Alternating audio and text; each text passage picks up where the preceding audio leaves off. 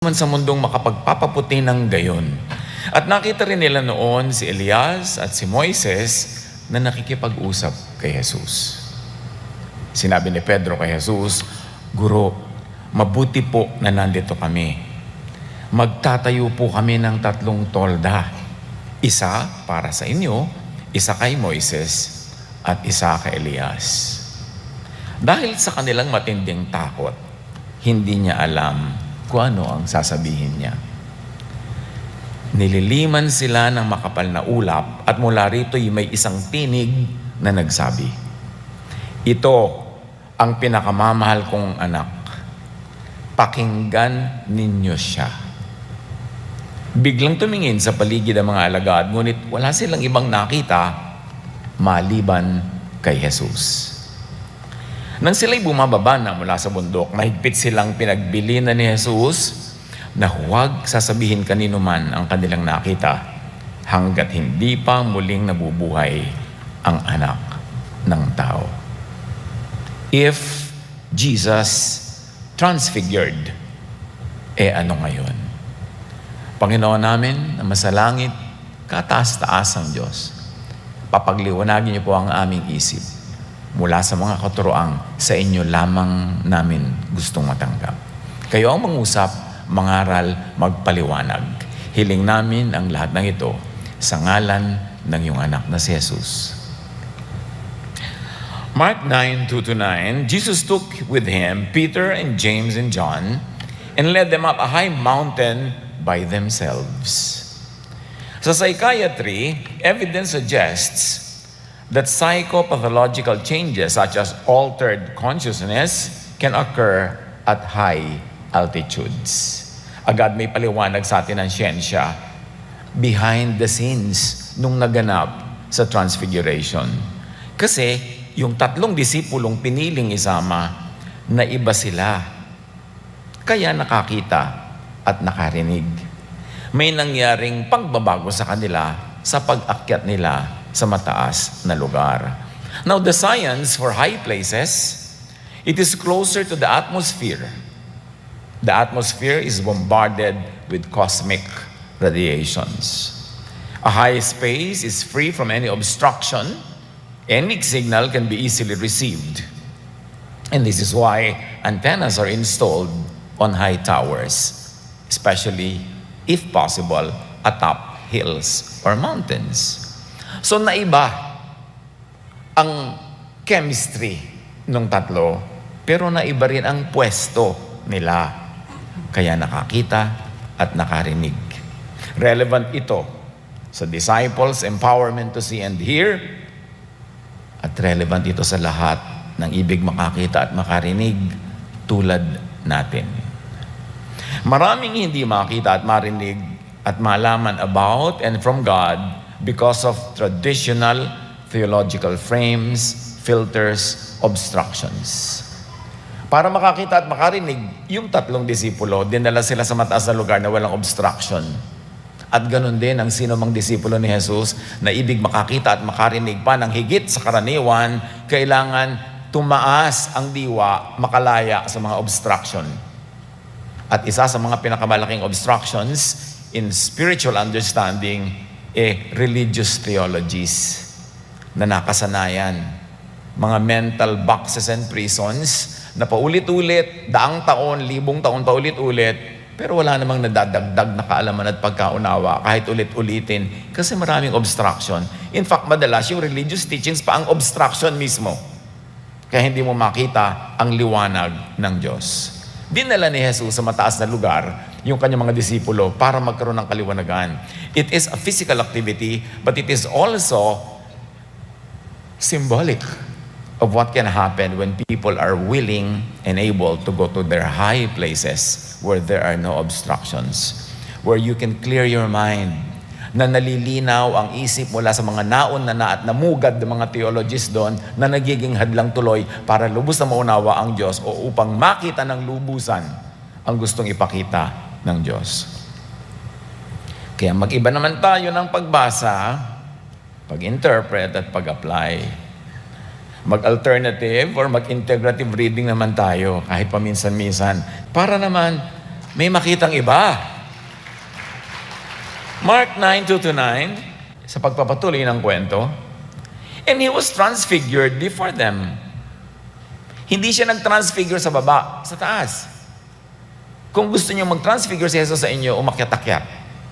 And his clothes became radiant, intensely white, as no one on earth could bleach them. So the disciples, up to then, had only known Jesus in his human body. Now they had a higher realization of his deity. Mas nabuksan ang mata nila para mas makilala nila si Jesus. Now, tayo naman, we peek into the method, the mechanics, the science behind the miracle. As scientific methods are doable and repeatable, and that's what makes them scientific, dapat pwede ding ulit-ulitin yung nangyari na transfiguration kahit sa atin. Manghas tayong isipin na pwedeng mangyari yan, na pwede rin tayong makarinig at makakita in a different way. Dahil sabi ni Jesus, greater things than this you will do. You can and you will repeat, even surpass what I do.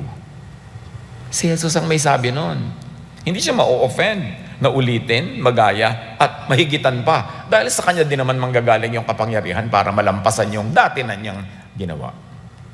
But first, let us climb our high mountain of discourse, where psychopathological changes such as altered consciousness can occur. Dapat, tayo naman ang maiba. Tayo naman ang makakita at makarinig tulad nung tatlo. Ikinuwento yon hindi lang dahil maganda yung kwento, kundi para matularan, para magaya. Itaas natin ang level ng pag-aaral natin kung saan posibleng mabago ang ating kamalayan. Hindi pa ulit-ulit lang na paikot-ikot na parang Ferris wheel, kahit ilang ikot, nakahilo-hilo ka na, pagbaba mo, nando ka pa rin kung saan ka nang galing. Wala ka narating. At ganyan ang nangyayari sa religious discourses na paulit-ulit lang. Wala naman talagang nadadagdag o nararating. So yung posibleng magbago ang ating kamalayan tulad ng pagbabago ng anyo ni Jesus, tulad ng pagbabago ng kamalayan ng tatlong disciples, dapat tayo rin. Hindi naman kasi entertainment yung gospels eh. Turo yan. Manual din yan. Pag binasa mo ng tama. So, itaas natin ang level ng pag-aaral kung saan mas malapit ang isip natin sa atmosphere na bombarded with cosmic radiations or heavenly light, if you like to be religious in your parlance, or kaliwanagan, higher consciousness. Itaas natin ang level ng pag-aaral kung saan walang sagabal like preset theology, mentality, religious tradition, and bias. Gustong-gusto ng iba, conservative sila sa kanilang religiosity. Pag conservative, walang maiiba, walang mababago, walang development. Pag conservative, iko-conserve ka. Ibababad ka sa formalin, magiging fossil ka. Eh di walang pagbabago. Bakit ka matutuwang maging conservative? Dapat progressive. Because, sabi nga ni Paul, when I was a child, I thought like a child. I reasoned like a child. Now that I'm a man, I give up childish ways. So hindi siya conservative, progressive siya. Nag-grow ang isip niya, kaya marami siyang nakita.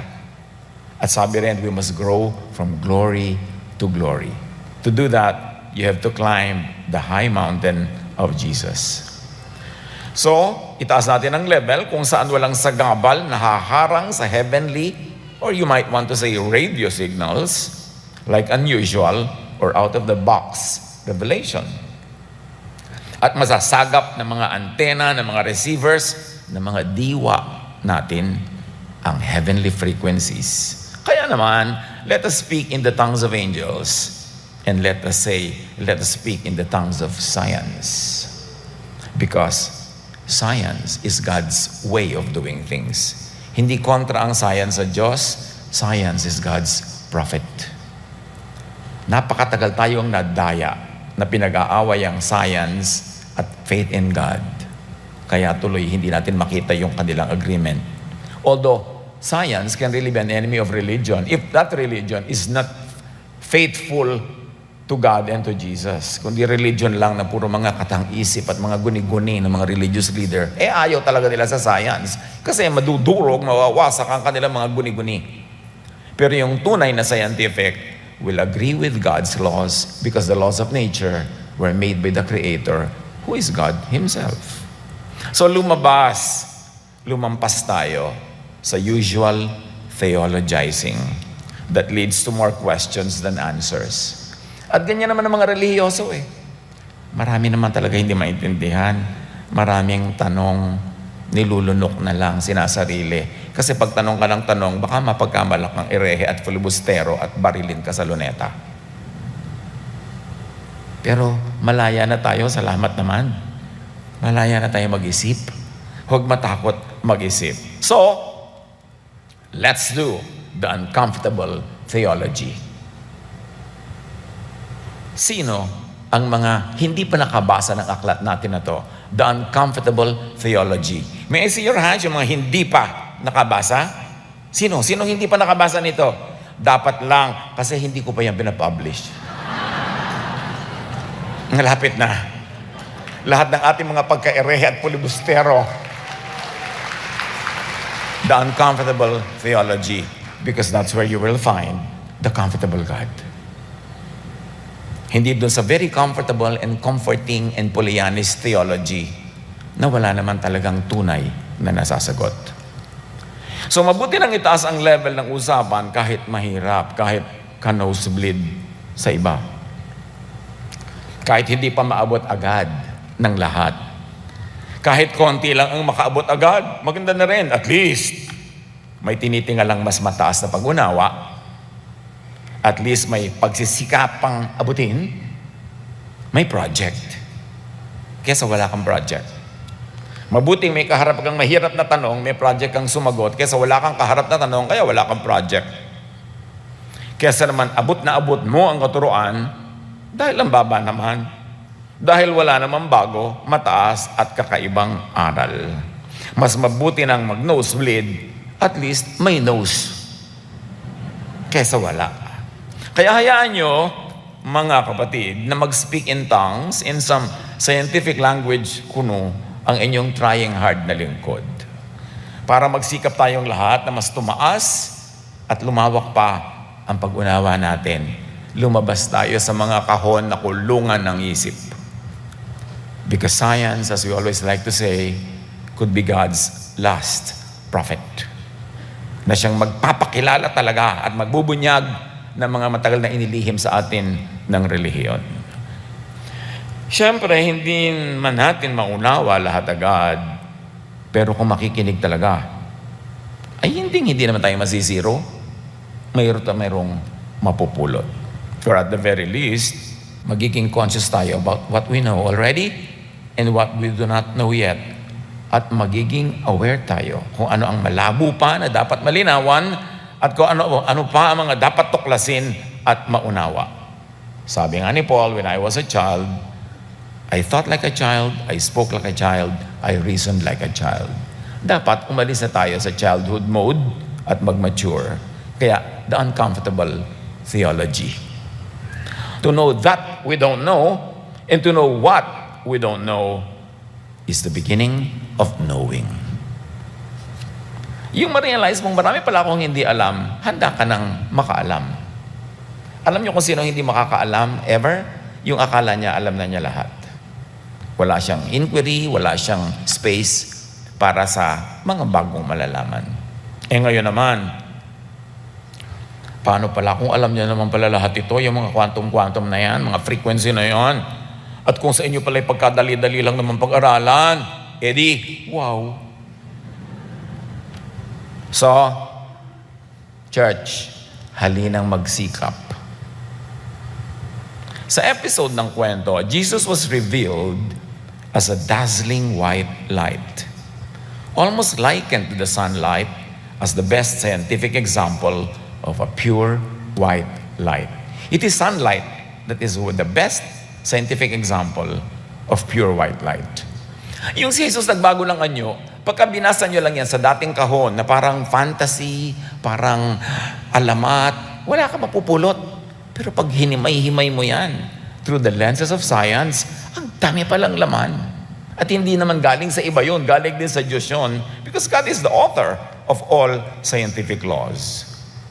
When combined, all the visible colors of the spectrum, red, orange, yellow, green, blue, indigo, violet, create white light.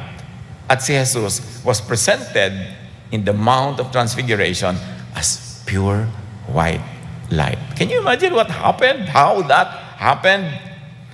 White light gives a complete perception of colors in the environment.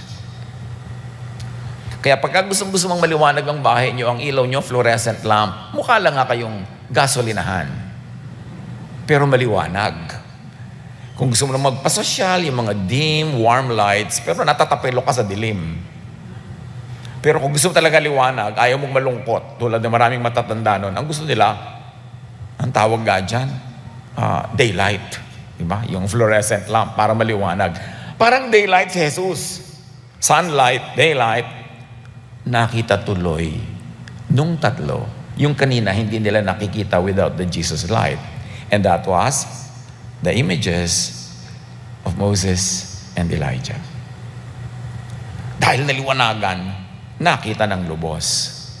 White light is more efficient at illuminating spaces than colored lights can. Kaya yung ang profession nila sa entertainment, sa gabi, red ang light, para maganda ang kutis. Para rin mga isda sa palengke, di ba, medyo may reddish light, para mukhang sariwa. Alam nga naman na mag-ilaw ka ng white light, edi na-booking ang lahat ng mga bakukang mo at mga kung ano-ano. Kaya dapat may lighting. But white light doesn't tell lies. Sasabihin niya talaga. As white light, nakatulong si Jesus para makita ang tatlo. Makakita ang tatlo. Genesis 1, 3-4. Then Elohim, translated into English as God, but in the Hebrew original is always Elohim. When Elohim said, "Let there be light," so there was light. Elohim saw the light was good. So Elohim separated the light from the darkness. Now we enter into this realm of light and dark. Kasi yung light versus darkness is a common theme in Scripture. Huwag nyo lang dapat laging isipin that darkness is sin, darkness is Satan. Mag-aral pa kayo kaysa mas malalim pang kahulugan ng ano ang darkness, kung sino ang darkness. But that is not our topic now. John 1, 4-13, in Him was light. In Jesus was light. And that life was the light of all mankind. The light shines in the darkness, and the darkness has not overcome it. So, sabi, we shall see Him because we shall be like Him. And if Jesus becomes white light, and if we will see Jesus, edi tayo rin dapat white light so that we will be in the same wavelength para makita. So stop thinking of yourself in eternity as parang multo, parang ula, parang Casper. Think more in terms of vibrations and waves and energy, because energy is eternal. Now, light is wave, energy, vibration, frequency. Yan ang makikita natin sa light. At ang light ay very interesting to study, at light moves. Sa picture lang kasi natin usually nakikita, maganda ngayon may technology, we can see how light moves. Now, Jesus as light means Jesus as wave, as energy, as vibration, and frequency. Yung mga kagilagilalas na liwanag, kapangyarihan ng mga nararamdaman, nakikita, pag nagpapakilala si Jesus, yan ang dapat nating sikaping maarok. John 8:12, Jesus spoke to the people once wherein said, I am the light of the world. Say, I am the energy of the world. I am the frequency of the world. I am everything that exists. If you follow me, you won't have to walk in darkness because you will have the light that leads to life. In other words, if you follow Jesus, you will be saved from darkness. Jesus says his followers are lights like him. Matthew 5:14, you are the light of the world. True Jesus believers are also lights. Darkness does not and cannot overcome light. Kaya, isang magandang topic yan. Siguro sa next semester. Yung darkness. Ano ba ang darkness? Or more importantly, sino ba ang darkness? From whom we can be saved by the light of Jesus. Now, believers are to be in Jesus, to be one with Jesus, and to be like Jesus, meaning as wave, as energy, as frequency, as light. At yan din ang sinasabi na believe in and receive Jesus. What do you believe in Jesus? What do you receive about Jesus? If Jesus transfigured to become light, true believers ay pwede rin, dapat din. Kasi pag scientific ang principle, repeatable. Dapat nauulit, kaya na-verify yan ng yung peers, ng yung fellow scientist. Kasi yung methodology mo, uulitin nila sa laboratory nila, they will come up to the same results. Ibig sabihin nila, oh, this is a scientific fact. It can be established as a fact. So, ganun din yun. Napakahalaga that we will be able to transfigure. Or baka naman, transfigured na tayo, hindi pa lang natin kita. Kasi limited yung vision natin right now. John 14:19-20, before long, the world will not see me anymore, but you will see me. Parenthetically, because we are in the same frequency, in the same vibration, in the same wavelength, therefore you will see me. Because I live, you also will live. Parenthetic, those who vibrate, resonate with me, will live with me. On that day, you will realize that I am in my Father, parenthetic, I resonate with the Father, and you are in me, parenthetic, you resonate with me, and I am in you, parenthetic, I resonate with you. Huwag kayo mahilo sa banyang bagay. Paikot-ikot din kasi mag-explain kumisan si Jesus.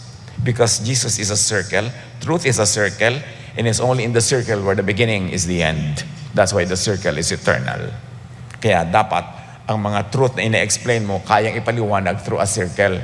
Circular, cyclical, ganun ang katotohanan na hindi nagmamaliw. In a matter of speaking, if we're going to scientify the statement, sabi ni Jesus, I am in my Father's frequency, the Father is in my frequency, you are in my frequency, therefore you are in my Father's frequency.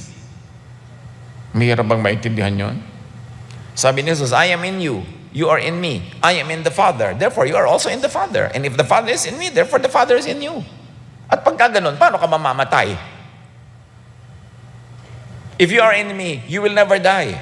Because I live, I am eternal. And if the Father is in you, lalo hindi ka mamamatay because the Father is eternal. Kaya huwag kayo matakot mamatay. Kung alam na alam nyo, naniniwala kayo kay Jesus, naniniwala kayo sa teaching ni Jesus, at rin na religious parlance, tinanggap nyo na si Jesus, huwag na kayo matakot dyan sa kamatayan na yan. Kasi ang namamatay lang yung katawan, yung inyong spirito, aka frequency, wave, energy, eternal yon. Mamatay man yung katawan nyo, lalo lang nire-release into eternity yung inyong frequency. In other words, Jesus was saying, ikaw, kayo, ako, ang Ama, we are all in this together. We are in this circle of life. I, the Father, and you are in one frequency. We are one in the Spirit, kung gusto nyong religious yung language. You enter the Father's frequency through my frequency. I am your way to the Father. And you become one with me. You enter my frequency when you believe me. Meaning when you believe love. Because I am love. Because God is love. My teaching is love. When you believe in love, you believe in me. When you accept my love, you accept me. Yung pag-accept kay Jesus, hindi lang yung formula prayer, tinatanggap kita, Panginoong Jesus. That's not bad. It's a good prayer. Pero dapat naintindihan mo kung anong sinisimbolize noon.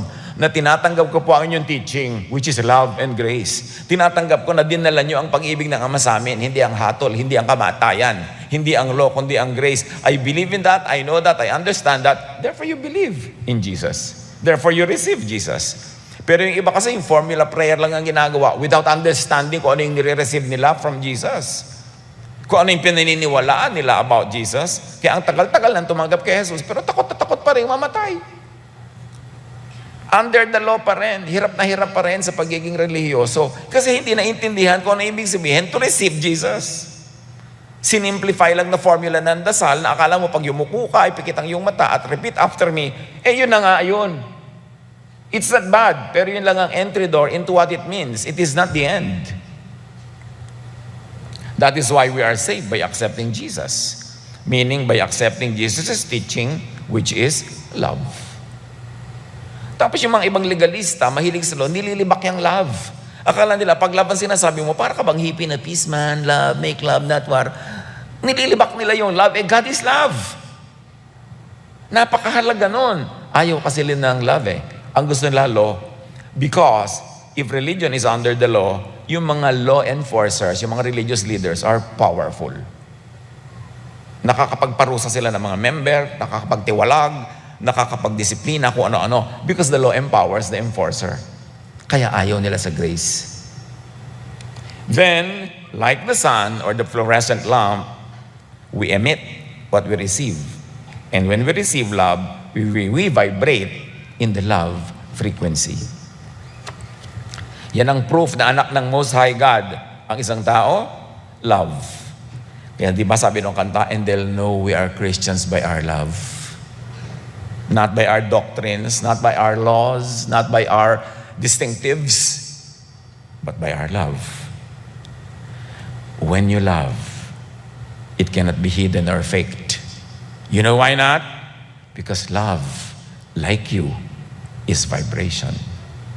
Love is frequency. When you love, you emit the frequency of love. Kaya kahit pusa, aso, kahit sino mang ayop, alam nila pag mahal nyo sila. Kasi may frequency ka. Nababasa din yun ang frequency niya. Nilalang din siya ng Diyos. Ang aso, alam pag natatakot ka, lalo kang tatahulan, lalo kang bubuskahin. Kasi yung frequency of fear mo, nararamdaman ang frequency niya. Everything is frequency. Kaya pag nagsinungaling ka, alam agad yan sa heaven, hindi na kailangan may mag-report because even lies are frequencies. When you lie, you enter the frequency of lies. And the whole universe knows it. Kaya yung spirit of healing, the frequency of healing, yung sinasabi nilang placebo effect, many of us know about that. Experiments, isang grupo ng pasyente, papainom mo ng gamot na hindi naman talaga gamot, pero sinasabi mo, gamot yun. At isang pasyente, papainumin mo ng gamot, na gamot talaga. Pero yung sinabihan, na gamot yun, at nanalig, nagalingan din, kahit yung ininom nila ay hindi tunay na gamot. Kasi yung frequency nila umandar nasa frequency of healing. Kaya na-heal na sila. Pero uminumin ka man ng isang drum na gamot, kung ang attitude mo, ang ugali mo ay ayaw mong maniwala sa gamot na yon, nasa frequency ka of doubt and fear, lulubog ka sa tubig tulad ni Pedro nung nagkaroon ng doubt and fear because you operate according to your frequency. Nasa religious parlance, tinatawag nilang according to your faith. Because faith is frequency. Everything is frequency. John 3:16, for God so loved the world that He gave His one and only Son, that whoever believes in Him shall not perish, shall not be in the darkness, parenthetic, but have eternal life. Imagine when you believe you have eternal life, belief pa lang yun. This is not believing in doctrines. This is not believing in religion or a religious group, but believing in Jesus or believing in what He teaches, which is love. And when you vibrate in love, when you operate in the frequency of love, you enter the frequency of God, who is love. You enter the frequency of the divine that is eternal. Therefore, you have life. Kaya sabi, And the world will know you by your fruits, by your love. People will know that you are my children when you love. Kaya nagkakaalaman. Alam nyo, yung may pumasok lang na tao sa room, sabi mo agad, parang ayoko sa vibes niya. You're talking about vibrations. Sabi mo, may kutob ako na niloloko ko ng asawa ko. Maniwala ka sa kutob. Kasi frequency yon. Unless luka-luka ka. Na yung kutob mo pala, guni-guni. Pero pag tuned in ka to God, may kutob ka, 99%, tama yun. Hindi naman 100%, 99 lang. So, bigyan mo ng benefit of the doubt. Mag-research ka. Matagal na natin alam yung frequency, hindi lang natin alam yung terminology, hindi natin nako-connect. Yung meron kang iniisip, meron kang ganyan. Nakikita mo yung mga nanay na ang anak nila nasa ibang bansa, nasa gera, biglang magigising lang sa hating gabi, naramdaman nila may nangyari sa anak mo. Tapos yung pala, sadly, nangyari nga, nabaril yung anak niya. Kasi may kutob, may frequency eh. Nagre-resonate kayo ng anak mo, yung nararamdaman niya, nararamdaman mo kasi connected kayo by love. To be like Jesus, to be one with Jesus, to be a light like Jesus, absorb, receive the light of Jesus. Understand Jesus beyond religious gobbledygook. Kailangan maintindihan nyo sila kahit in terms of frequency. Kasi baka mas madali maintindihan ng mind ngayon, ng modern mind. John 1:12-13, yet to all who did receive Him, to those who believed in His name, He gave the right to become children of God or to be like God. Nakita niyo yung mga important words? Receive, believe, right. To become children of God. Because the moment you believe in Jesus, you subscribe to Him, to His teaching, which is love, you vibrate in love, you enter the frequency of love, which is the frequency of God, you have eternal life instantly. At yun ang hindi natatanggal na salvation na pinagtatalunan pa hanggang ngayon ng mga childish theologies kung natatanggal yan or not. Kung ang baptism ba ay wisik, lubog, buhos, kung ano-ano pa. Hindi pa gumagraduate doon, paikot-ikot pa doon. Mga usaping hindi naman nakakapagpabanal, mga usaping hindi naman nakakapagpabago ng ugali, at lalong hindi nakakapagtanggal ng takot sa kamatayan. Kaya dapat pag-usapan yung mas matataas na bagay. Kailangan maunawa what it is to believe and what it is to believe in. When you receive Jesus, you receive the teacher, which means you receive the teaching. You receive the idea. The idea changes your mind. Para din yung placebo effect. Your belief changes your health. The change of mind changes your frequency or your spirit. In religious language, you become born again. You become a new creation. You become a child of God. In scientific language, you enter the frequency of the divine. So you get saved from what? From entrapment in a non-working, dysfunctional frequency. You get saved from entrapment in the darkened world. As I have said, darkness is another topic na panggigigilan natin sa mga darating na panahon. What is important to appreciate now is that Jesus saves. Nakalagay naman yan sa lahat ng karatula, lahat ng poster, t-shirt, pero naintindihan ba yun? 1 Corinthians 15:45-55. The first man Adam became a living being.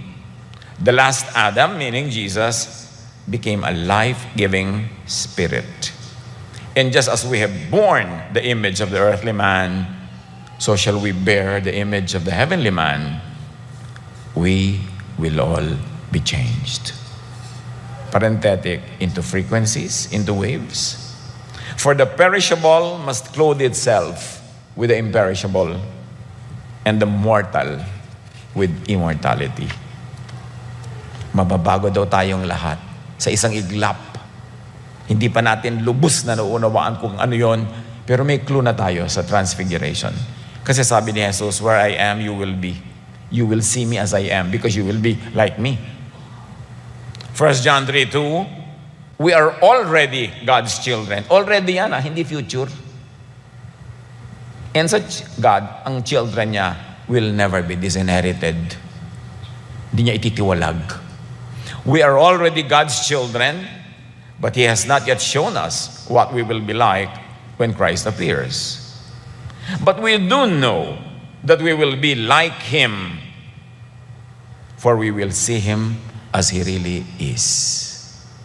Ayun na nga yung clue, transfiguration. If we will be like Him, does it mean we shall be in the same wavelength? We shall be in the same vibration? We enter the circle of life. We enter eternity. We enter the presence of the eternal God. So, resonate with Jesus and be eternal. Be a light wave, an energy, a vibration, a frequency also. Alam niyo ba kung bakit sinasabing there is unity among the believers, that we are all one? Tingnan niyo pa lang doon sa illustration, hindi na mahirap makita na pag you operate in vibration, in light, in energy, ang daling maging one. In light absorption, the electrons will absorb the energy of the light wave and change their energy. The atoms will then emit the light back. In other words, sa light absorption, natatanggap mo talaga yung kapangyarihan ng pinagmumula ng liwanag at magliliwanag ka rin kasi i-emit mo siya. Hindi mo siya i-reflect, i-emit. Reflection is like the moon.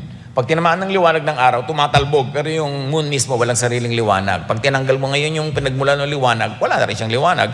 Kaya may buwan na bilog, may buwan na lusaw, may buwan na kalahati. Depende sa position niya from the source of light, the sun. Reflection yon. Yung emission, nanggagaling mismo sa loob, yung light.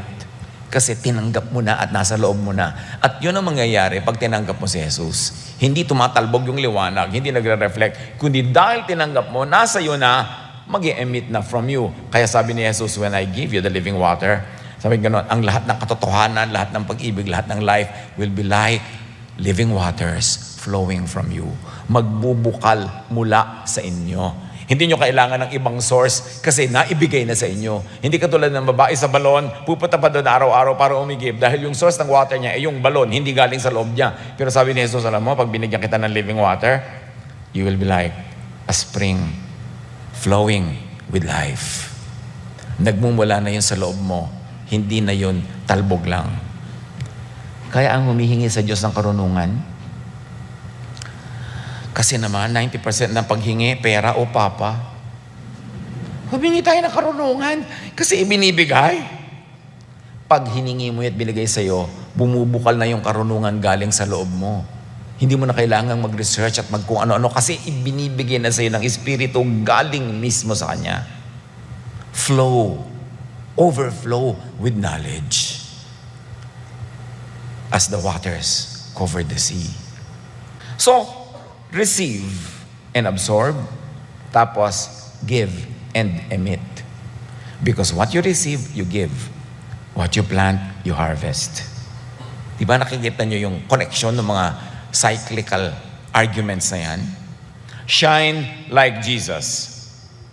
John 12:35-36. Jesus replied, "My light will shine for you just a little longer." Kasi aalis na si Jesus sa lupa. Walk in the light while you can, so the darkness will not overtake you. The, tukoy, hindi a darkness, kundi the darkness. So niya, maglakad kayo sa liwanag ko para hindi kayo sakmalin ng kadiliman. At again, that kadiliman is a very interesting topic. But Jesus was saying here, absorb my light, then emit my light. Do not just reflect it, emit it because it's already inside of you. Put your trust in the light while there is still time, then you will become children of the light, not children of the darkness. Alam nyo, itong pinag-uusapan natin is how a fluorescent lamp works. This is how a fluorescent light works. The air inside the tube absorbs UV light and then emits back white visible light. Magpanggap na kayong naiintindihan nyo ang drawing. Tulad ng umaattend tayo ng mga physics classes noon. Di ba? Ngayon, picturean nyo yan, i-research nyo, pag-aralan nyo pa kung hindi nyo makuha agad-agad. Matthew 5:16, in the same way, let your light shine before others. So vibrate in the Jesus light and frequency. Do good, love. Yun lang yun eh. At the end of the day, it's really just love. Tulad ng sinabi natin nung huli, kung nalilito ka dyan, hindi mo maintindihan, nosebleed, ang tandaan mo na lang, love na lang. Mag-love ka na lang, yun na rin yun lahat-lahat. Palakpakan naman yung mga ayaw nung physics. Love na lang. Pero pwede naman talaga yun eh. Maganda lang naiintindihan mo yung details, mas na-appreciate mo eh. If God could take the form of frequency, then all children is in and about frequencies. When you believe in and receive Jesus, you receive the Spirit of Jesus. In other words, you receive the Jesus frequency. Hayaan yung paulit-ulitin ko para may malakas na retention. Ha? So napakahalaga, when you believe in and receive Jesus, you are born again. You are changed. Your earthbound and limited frequency is converted into, enters and joins the God-Jesus frequency, sometimes called heaven. Heaven is that ulap-ulap na may mga Greek poste. Tapos may mga lumilipad na kerubin na walang katawan, ulo lang. Drawing yun ng religion. But heaven is a state of mind. Heaven is your frequency. If your frequency jives with the frequency of God, therefore, you are in heaven. You vibrate in the God vibration. You become one with Jesus and the Father. You enter eternal configurations. You enter eternity. You receive eternal life. What you hear and believe can change you. Tandaan nyo, ang nadidinig can change you. Can change your blood pressure. Can change even your health. Kung ayaw nyo maniwala, subukan nyo may makinig magbulong sa inyo, may kulasisi ang asawa mo. Pag hindi nag-init ang punong tainga mo, lumabas ang uhog mo, tumaas ang mga palpitation mo, tell me what you hear changes you. So dapat ang nadidinig natin mga salita ni Jesus para mapalitan tayo, mag-change into Jesusness. John 5:24, very truly I tell you, whoever hears my word and believes him who sent me has eternal life. Hindi sinabing mag-join ka ng ganitong relihiyon, magpabaptize ka doon at dito. No, sabi niya, when you hear my word and you believe the Father who sent me and who sent me to give you love, and you will have eternal life and you will not be judged, but has crossed over from death to life. Past tense na yan, ha? Pag naniwala ka kay Jesus, sa amang nagsugo sa Kanya at sa mensahe Niya, which is love, tumawid ka na, nandun ka na sa eternal life. Hindi ka tatawid pa lang pag namatay ka, tumawid ka na. Tapos na. At pag namatay yung katawan, naging lubos ang pagtawid because now your frequency is no longer limited by your physical body, but now it is free to join the universe. Whoever resonates with me enters eternity, if we can rephrase what Jesus could have said. Faith, resonance, comes from hearing. And what is heard comes from the word of Jesus. Pag namatay ang katawan, the spirit or frequency that is already calibrated into God's frequency is only set free to fully resonate with Jesus and with God.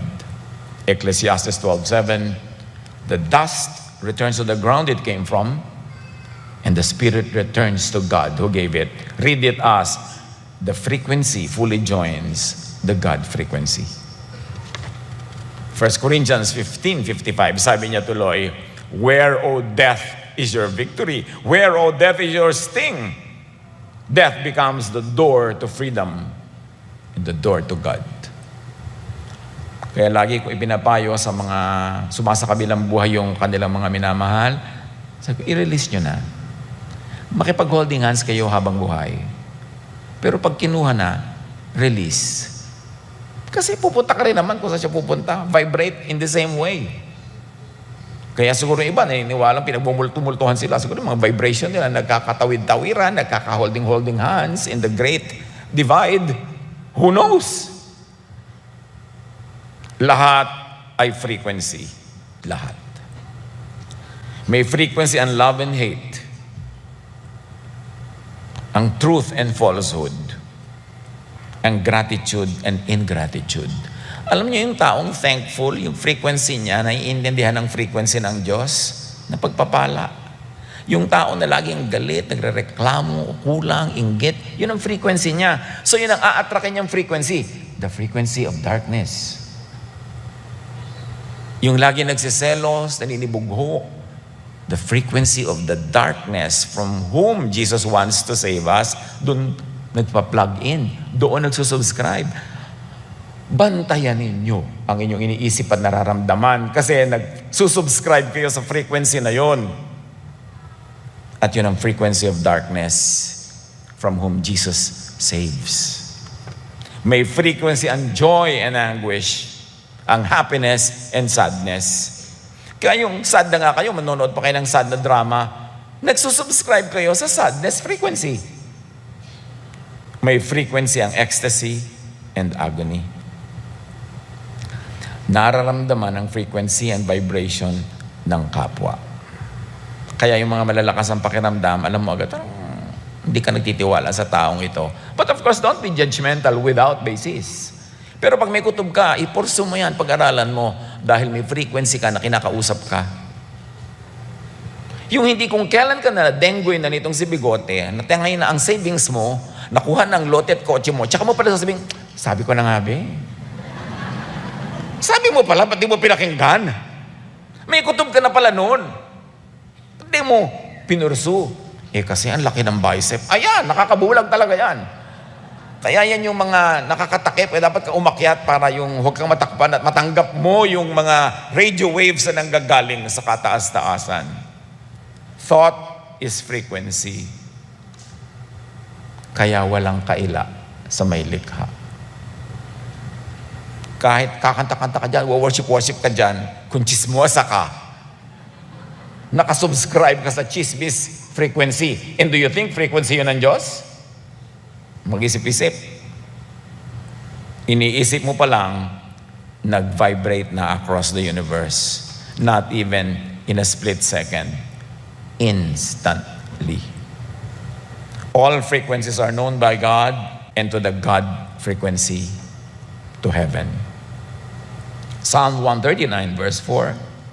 Before a word is on my tongue, you, Lord, know it completely. Frequency yun. Omniscience of the true Most High is actually about frequencies. Isaiah 65:24, before they call, I will answer. While they are still speaking, I will hear. Vibration yun. Kaya lahat ng gawa natin ay alam, hayag. Pati ang ating mga lihim at mga kasalanan na tinatawag. Pero salamat na lang, Isaiah 43:25, Yes, I alone will blot out your sins. For my own sake, I will never think of them again. Sabi ng kataas-taasan, I will never think of your sins again. Kaya please lang, huwag mo nilaging yung ungkat-ungkatin. You know, sa religion, lagi makasalanan po ako, hindi po ako karapat-dapat. Yung mga kanta ng praise and worship, hindi po ako karapat-dapat. Hindi pala karapat-dapat, umalis ka dyan. Makasalanan po ako, marunong po, alis dyan. Pero sa amin yung Panginoon, I will never think of them again. Ba't ikaw isip pa ng isip? Hindi ka tuloy matahimik. Nabubuhay ka tuloy sa guilt, nabubuhay ka sa self-judgment, nabubuhay ka sa pagsaksak sa sarili mo. Nasa ganyan kang vibration. Let's put our sins behind us as God has put them all behind us because God already blots them out with the blood of Jesus. Nilimot na yan. Huwag na natin gawing laging agenda at agenda natin yung sin ng iba, inuusik mo yung sin ng iba, binabantayan mo. Ibang frequency yan. Kaninong frequency yan? Tama, darkness. Pasado ang section na ito. Ngayon, sinabi na nga ng kataas-taasan, I will not think of them again. Tapos lagi tayong uusigin ng law and prophets. Ano yun? Kaya dapat mag-isip. Flow in the Jesus light. Flow in the Jesus wave. Light can be reflected or it can be emitted, as we have said before. Reflection is light from another source bounces off an object like the moon. Emission is an object absorbs light and then gives it back. Dapat ganyan na nangyayari sa true believers. The sun absorbs the energy of fusion and then gives off its own light. Kaya pag totoong tumanggap kay Jesus, ang nangyayari dapat emission, not reflection. Ganyan dapat ang Jesus believers receive, have, and then emit the Jesus light. Hindi man natin kita yan with our naked eye, God sees that light. Everybody in the spiritual world sees it. Kaya hindi ka makakapagkaila. Huwag reflect lang ng reflect after an emotional fix called worship. Maganda nagwa-worship, maganda yung praise and worship, pero lagi ako nagwa-warn, huwag kayong mag-isip na kung nagtaas kayo ng kamay, kumanta kayo, tumiwari kayo, gumulong kayo, nagtumbling kayo, nag-worship na nga kayo. Madami, emotional fix lang. Gustong-gusto lang niyang lungkot, umiyak, magsaya, tumawa, tapos pag-uwi, pareho lang uli. Ibig sabihin, hindi yun emission. Reflection lang. Hindi galing sa loob, tumalbog lang. Kaya nawawala din agad. Seek the true light from the true source, who is Jesus. Huwag makontento sa praise and worship. Dapat meron kang oneness with the divine. Na kaya nagpe-praise and worship ka, kaya nagpe-pray ka, kaya nagsisimba ka, nasa loob mo. Kasi nasa iyo na talaga, like living water. Maganda yung uma-attend ka ng mga religious activities kung nafe-feed ka ng Jesusness. Maganda yung nagpe-praise and worship kang ganyan kung talagang nararamdaman mo at naidadramatize ang pagkaramdam mo sa kapayapaan na ibinibigay sa iyo ng Diyos. Pero yung pagigiltihin ka ng pagigiltihan ng mga kantahan, hanggang mag-iiyak ka dyan. Pati tulihi ko mo, lalagay mo sa donation box kasi guilty ka eh. Dapat joy ang nararamdaman sa totoong pagsamba. Kaya tinatawag natin yung ating event na Jesus Celebration. Hindi na natin siya tinatawag basta na worship service. Kasi parang program lang, parang umattend ka lang worship service. Pero yung Jesus Celebration, celebrate mo talaga yung light ni Jesus na nasa yung kalooban. Mark 9, 2-9, siya nga pala may kwento tayong pinag-uusapan, balikan natin. And his clothes became radiant and intensely white, as no one on earth could bleach them. What can Jesus as light do with and for believers, followers, that no one else on earth could do? John 14:6. I am the way, the truth, and the life. No one can come to the Father except through me. In other words, no one can vibrate to the Father except through my vibration. No one can enter the Father's frequency except through my frequency. And the Jesus frequency is love. Generic love, not branded religion, is the way, is the frequency. Huwag tayong madaya na pagsali sa isang relihiyon ang paraan para tayong makipag-isa sa Diyos. No, you must join the Jesus frequency. So you enter the frequency of the divine. Mark 9, 2-9. Ito pala yung kwento. And there appeared to them Elijah, representing the prophets, with Moses, representing the law. Yung buong kadyuhan, katuruan ng mga Israelita, the law and the prophets. And they were talking with Jesus. And Peter said to Jesus, Rabbi, it is good that we are here. Let us make 3 tents, one for you and one for Moses and one for Elijah. Natataranta si Pedro kung anong sasabihin, kaya sabi niya, ipagpapatayo ko kayo ng mga monumento. For he did not know what to say, for they were terrified. And a cloud overshadowed them, and a voice came out of the cloud. Obviously, the voice of the Most High God. This is my beloved Son. Listen to him. And Jesus gave us the name of the Most High God. As He was dying on the cross, He said, Eloi, Eloi, lama sabachthani. Binanggit niya ang pangalan ng kanyang ama. Pag-aralan niyo yan. Nililiman sila ng makapal na ulap at mula rito may isang tinig na nagsabi, ito ang pinakamamahal kong anak. Pakinggan niyo siya. The voice singled out Jesus as my beloved son, not Moses, not Elijah. Therefore, superior to the prophet and the law. At sabi pa ng voice, listen to him. Parenthetic, not to Moses, not to Elijah. Listen to my son. Jesus displaces and replaces Sinai's stone tablets of the law as the divine standard requiring human obedience. Simple sentence lang ng Most High God meant everything. Sabi niya, ayan si Moses, law. Ayan si Elijah, prophets. Eto si Jesus ang anak ko, sa kanya kayo makinig. Kailangan pa bang i-memorize yan? Dapat pa bang malito kung kanino dapat makinig? Kaya pinagdudukdukan natin yung Jesusness Nagdudugo ng mga tenga ng mga tao kaya Jesusness. Kasi nga, pinagkahalo si Moses, si Elijah at si Jesus. Parang mga numbers sa tambiolo, kakalugin, ang lumabas. Ay, Moses ngayon, ito ang atin, law tayo. Diba? Ito prophet tayo. Sabi, listen to him. Huwag kayong malito. Ezekiel 36:26, I will give you a new heart and put a new spirit in you. Kasi hindi na dapat manatili yung old. I will remove from you your heart of stone. Ano ba yung carved in stone? Di ba yung law? And give you a new heart of flesh, which is love. Talaga naman, the law hardens the heart. Observe, law-based Pharisaic religiosity. Nakakapagpatigas ng puso. Nakakagawa ng lahat ng mga inhuman and cruel acts against fellow believers in the name of the law. Kaya sabi niya, papalitan ko ang puso niyo, alisin ko yung bato, gagawin kong flesh that feels, that loves. Tapos na ang law and prophets. Enter love and grace. So God introduces His Son and demands that they listen to Him. This command implies that Jesus' instruction is to be seen on a level with God's commandments, above the commandments of Moses and the prophets. Colossians 1:15, the Son, not anyone else, is the image of the invisible God. Si Jesus yun. Colossians 2:9, for in Christ is the fullness, say frequency, of the deity lives in bodily form. Peter's misguided offer to build 3 tabernacles for Jesus, Moses, and Elijah was answered, ironically, with God leaving Jesus alone, the implied true tabernacle.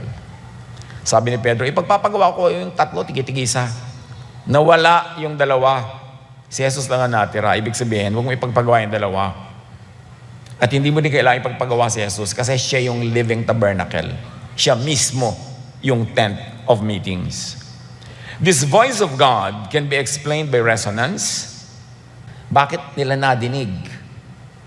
Because resonance is the property of an object to vibrate in the same frequency as another.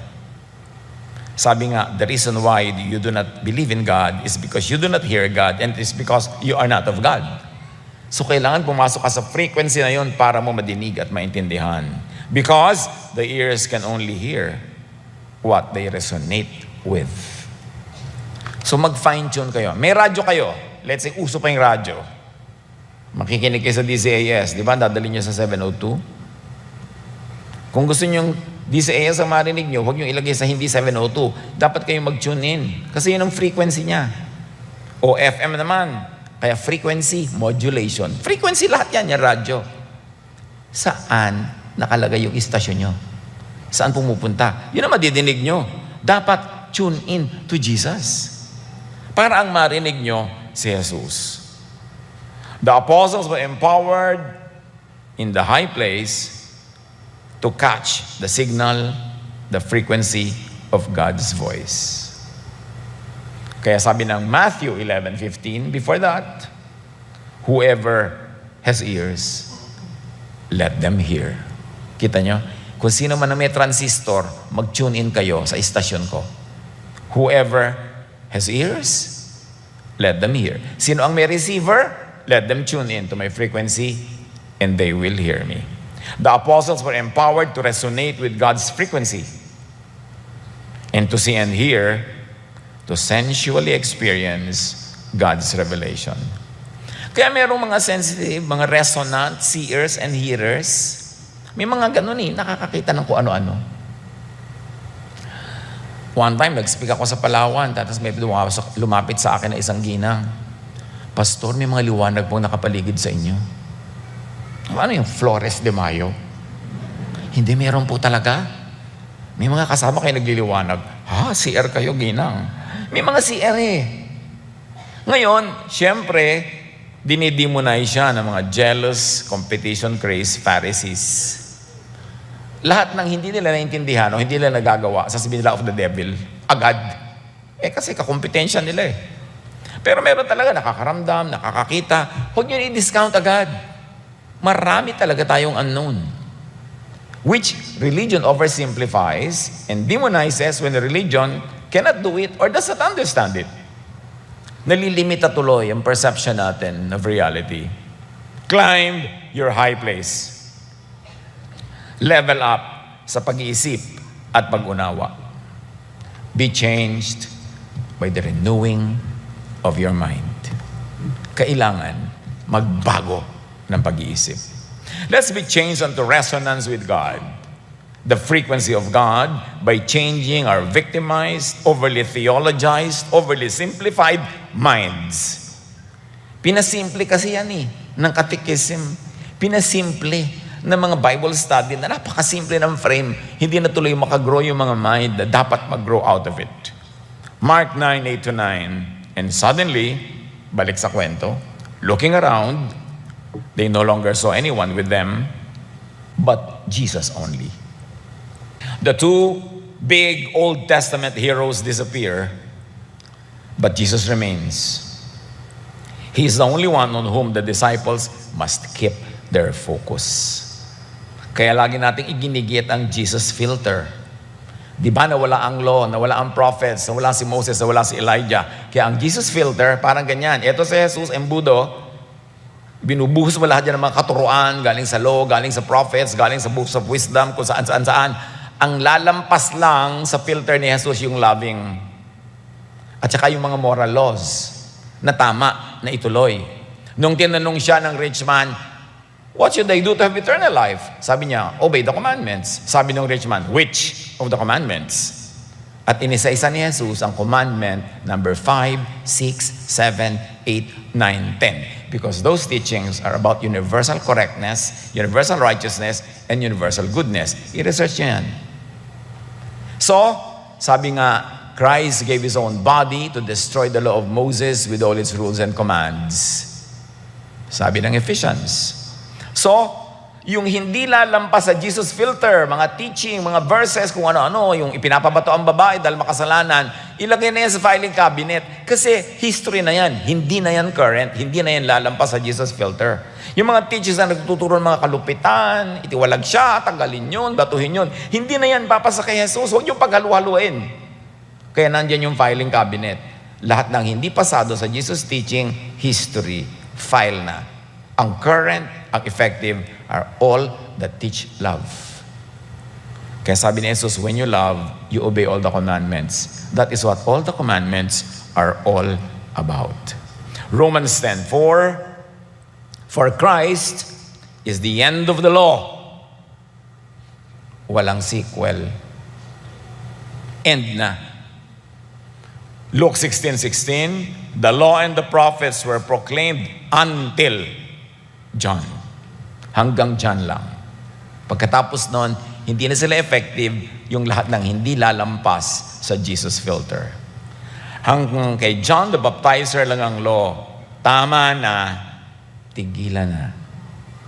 Nakakapagpahirap sa kapwa, nakakapagpatigas ng puso, nakakapag-alis ng peace. Luke 16:16, since the time the good news of the kingdom of God is being preached and everyone is forcing their way into it. Good news na, gospel na, love na, kaya sinasabi naman natin, ano church? Wow, tama. Love na lang. Naunahan nyo ang PowerPoint. Mukhang nakikinig kayo talaga. Mark 9:2-9, as they were going down the mountain, he charged them to tell no one what they had seen until the Son of Man had risen from the dead. This implied that a time of proclamation would follow this period of silence. Pero matagal na yun. The time for us to speak began long ago. In fact, for us now, the time for us to speak is now. Dapat nang ituro na tama na yung law. Dapat nang ituro na Jesusness na love na the time for us to speak is now. The time to think in terms of frequencies is now. Romans 12:2, be changed by the renewing of your mind or the renewing of your vocabulary. Romans 6:19, I'm speaking in familiar human terms, parenthesis, in your vocabulary, because of your natural limitations. So you see, kitang-kita natin sa scripture mismo, na sometimes the languages that are used are because of the limitation of the hearer. But now, we are much less limited than the people 2,000 years ago. We can now talk in terms of frequencies and vibrations and energies instead of mga soul lang and multo and dead and etc. Kasi mas mayaman na ang ating vocabulary thanks to prophet science. Today, God can speak to us in the new language of science and technology. Today, God can speak to us through probably God's last prophet, science. Today, think and speak in the latest available language. Listen, church. Think of prayers, wishes, words, emotions as frequencies that can resonate with a God frequency. Kaya importante na tayo rin nagiging mga frequencies na in our thoughts, in our wishes, in our vocabulary. Because yan ang nakaplug in to the divine. That is why Jesus teaches private, personal, wordless prayer. Di ba kayo nagtataka? Sabi ni Jesus, when you go to your room, close the door, talk to your Father in secret, and the Father will reward you. And don't be like the unbelievers. Don't use many words. Bakit ganun? Tapos baligtad ang ginagawa ng church, pahabaan ang mga dasal. Talumpating mga dasal. Closing prayer lang ang na-assign kay sister, nag-sermon uli. Mga adik sa mic. Sabi ni Jesus, when you pray, have short prayers, if possible, wordless or very few words. Bakit? Tapos sabi pa niya, away from the crowds because the crowds are obstructions. Siyempre, pag magpe-pray lead ka, sa dami-daming tao, nagiging conscious ka pa sa pronunciation.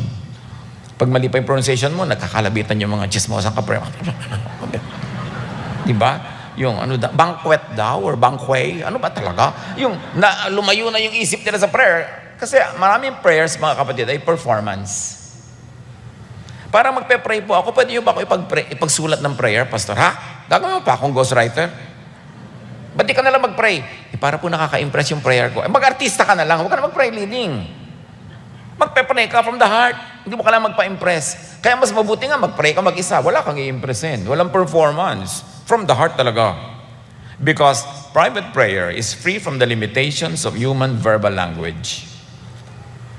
Kasi kung minsan pinagpe-pray mo pa sa English, hindi naman talaga sanay mag-English si sister. Bakit mo pinag-i-English? O hindi naman talaga siya Tagalog. Tapos gusto mo taal at busilak at dalisay na Tagalog ang gamitin niya. Hindi naman siya Tagalog. Tapos pagtatawadan mo yung mga Tagalog niyang mali-mali. Kasalanan mo yan. Hindi niya kasalanan yun. Romans 8:26-27. The Spirit helps us in our weakness. We do not know what we ought to pray for, but the Spirit Himself intercedes for us through wordless groans. Ano kaya tinutukoy dito? Frequencies. And He who searches our hearts knows the mind of the Spirit, because the Spirit intercedes or resonates with for God's people in accordance with the will of God. Kaya napaka-importante yan. Marami naman sangkaterabang words ang prayer, kabaligtaran sa turo ni Jesus. So, alone up the mountain, kung saan malinaw ang signal and frequency, doon ka mag-pray. Doon ka magmuni-muni. Away from the public that watches you. Doon easier mag-resonate and mag-vibrate in the divine frequency. So, mag-pray na lang kayo mag-isa para wala lahat ng drama na to. Hindi sa very public places nagiging performance.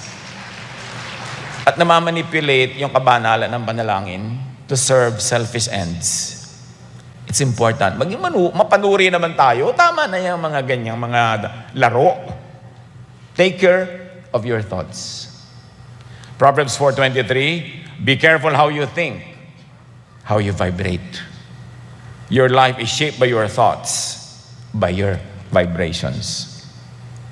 So think of yourself, your spirit, as frequency, as vibration, as wave, as energy. Do not think of the dead as multo. Think in these terms. Hindi na magulo, hindi na mahirap isipin ng eternity pag inunawa mo through that vocabulary. And be careful how you vibrate, with what and with whom you vibrate. Never vibrate with the darkness. Jesus is the light. Ang kalaban nun, yung darkness. Why not? Why not vibrate with the darkness? Because you attract what you emit. Proverbs 23:7, for as he thinks within himself, so he is. Ang tunay na ikaw, hindi yung nakikita, hindi yung nadidinig sa yung verbal language. Ang tunay na ikaw ay yung vibration, yung frequency, nakitang-kita ng Diyos. If you reflect the law, alam mo na, law ang mag-emanate from you, ang magre-reflect from you. Romans 12:2, let God transform you into a new person by changing the way you think, by changing the way you vibrate, by changing your frequency, your wave, your energy, your light, your resonance. Philippians 4:8, fix your thoughts on what is true, honorable, right, pure, lovely, and admirable. Meaning, fix your thoughts on Jesus-ness, not on Pharisee-ness. Think about the things that are excellent and worthy of praise. Meaning, think about what you want to be your reality. And you want your reality to be Jesus-ness. So be in the Jesus frequency.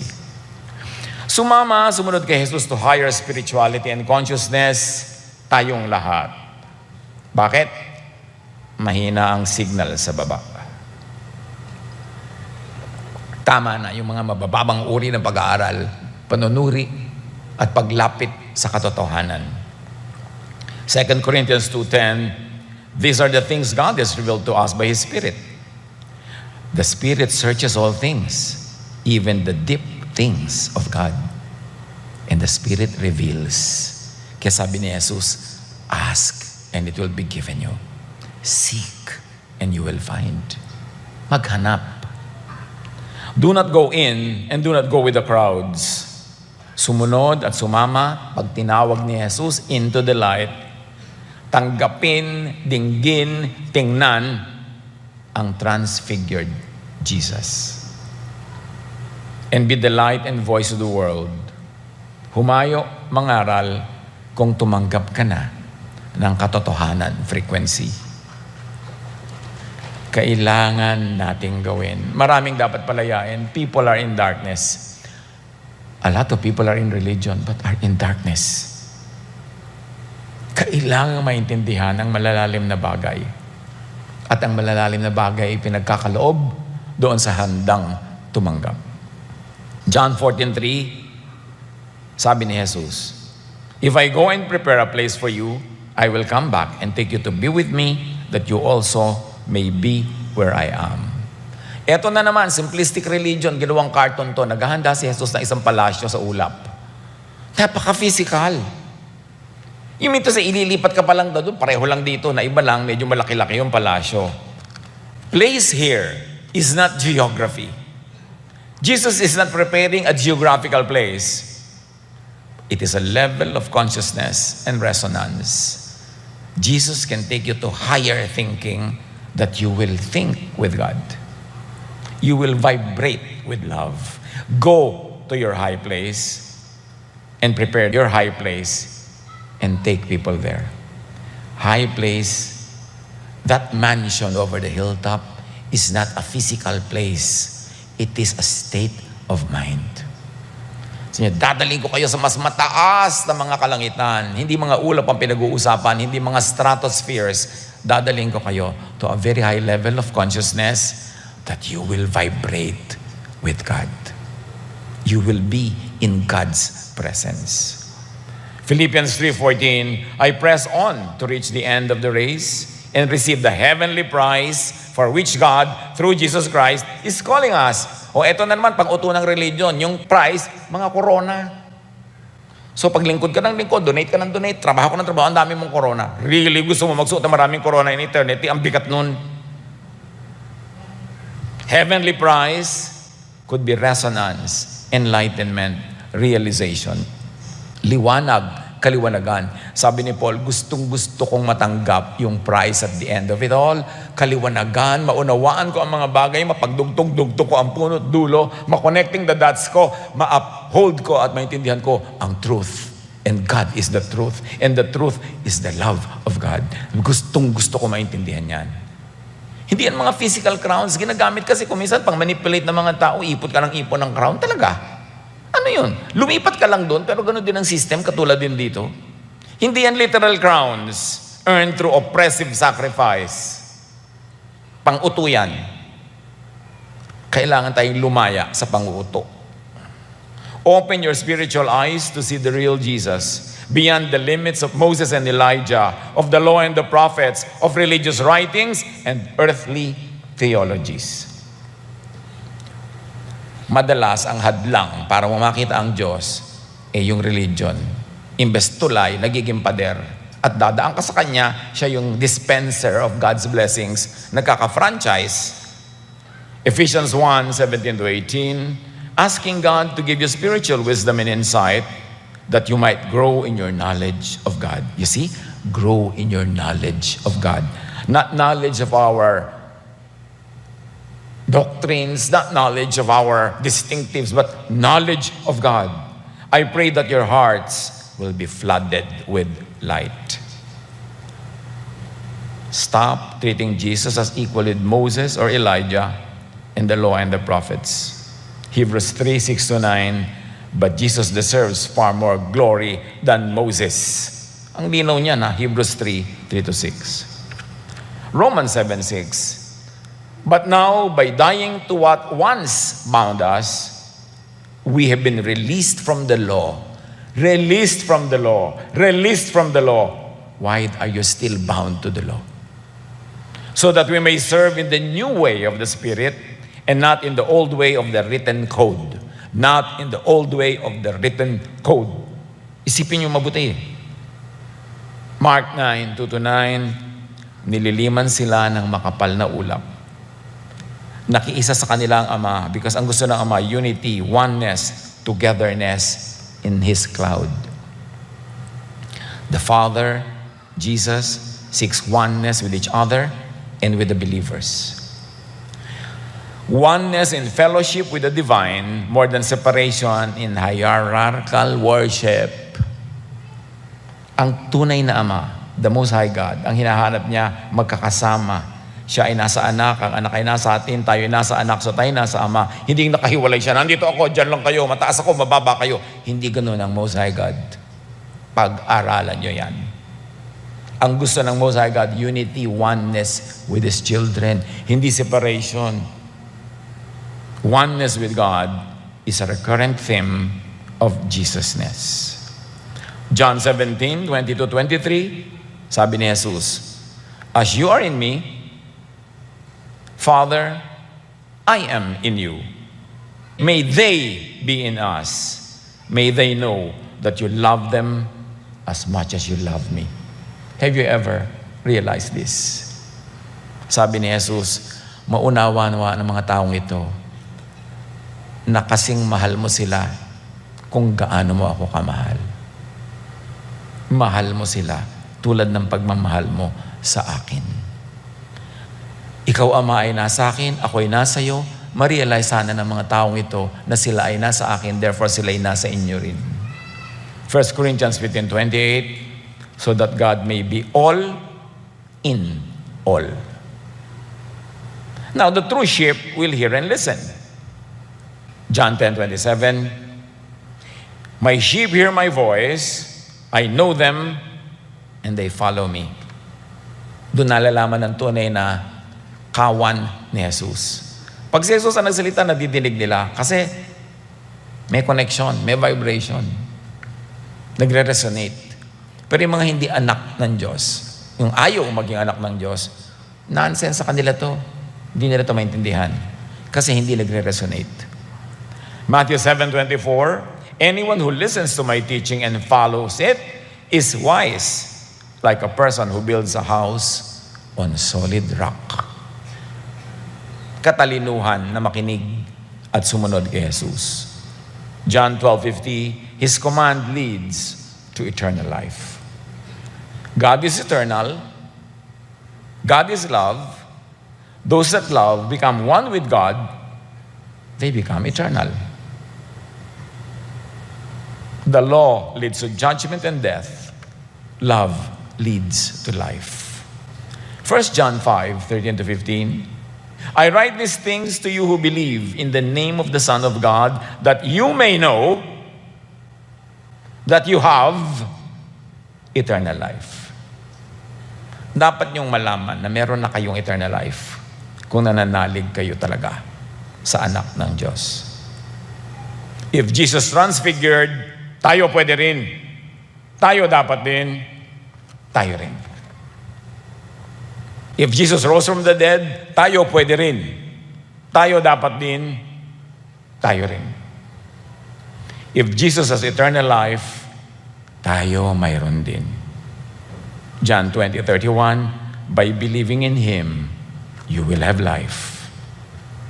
1 John 5:12, whoever has the Son or love has life. Vibrate, resonate with Jesus. If Jesus